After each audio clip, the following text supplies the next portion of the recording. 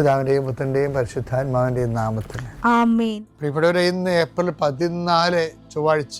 അമ്മേ പരിശുദ്ധ അമ്മേ, അമ്മേ പരിശുദ്ധ ദൈവമാതാവേ, കൃപാസനത്തിലൂടെ ഞങ്ങൾക്കും ഞങ്ങളുടെ ദേശത്തിനും അമ്മ മധ്യസ്ഥം തേടി തന്ന എല്ലാ അനുഗ്രഹങ്ങൾക്കും കൃപകൾക്കും ഞങ്ങളിപ്പോൾ ഹൃദയം നിറഞ്ഞ നന്ദി പറയുന്നു.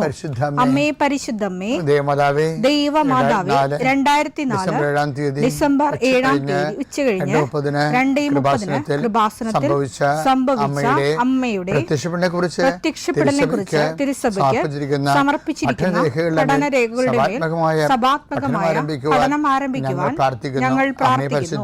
അമ്മേ പരിശുദ്ധമേ, ഭൂസ്വർലോകങ്ങളുടെ രാജ്ഞിയായ അങ്ങേയ്ക്ക് ഭൗമസംരക്ഷണത്തിനായി പ്രപഞ്ചപ്രകൃതിയെ തന്നെ തിരുസഭ പ്രതിഷ്ഠിക്കുവാൻ ഈ പ്രത്യക്ഷീകരണം വഴി ഇടയാക്കണമേ. പരിശുദ്ധമേ, ജപമാല മാതാവേ, സകല കൃപാസനം പ്രാർത്ഥനയോടും ചേർത്ത് ഞങ്ങളിപ്പോൾ പ്രാർത്ഥിക്കുന്ന ഈ കുടുംബത്തിന്റെ പ്രത്യേക നിയോഗം പറ മക്കളെ.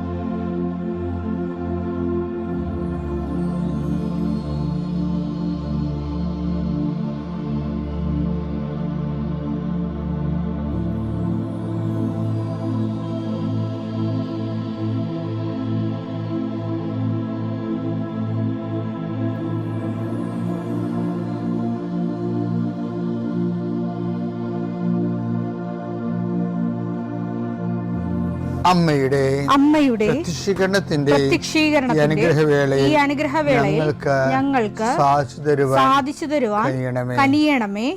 ആമേൻ. വിശ്വാസ പ്രമാണം. സർവശക്തനായ പിതാവും ആകാശത്തിന്റെയും ഭൂമിയുടെയും സൃഷ്ടാവുമായ ദൈവത്തിൽ ഞാൻ വിശ്വസിക്കുന്നു. അവിടുത്തെ ഏകപുത്രനും ഞങ്ങളുടെ കർത്താവുമായ ഈശോമിശിഹായിലും ഞാൻ വിശ്വസിക്കുന്നു.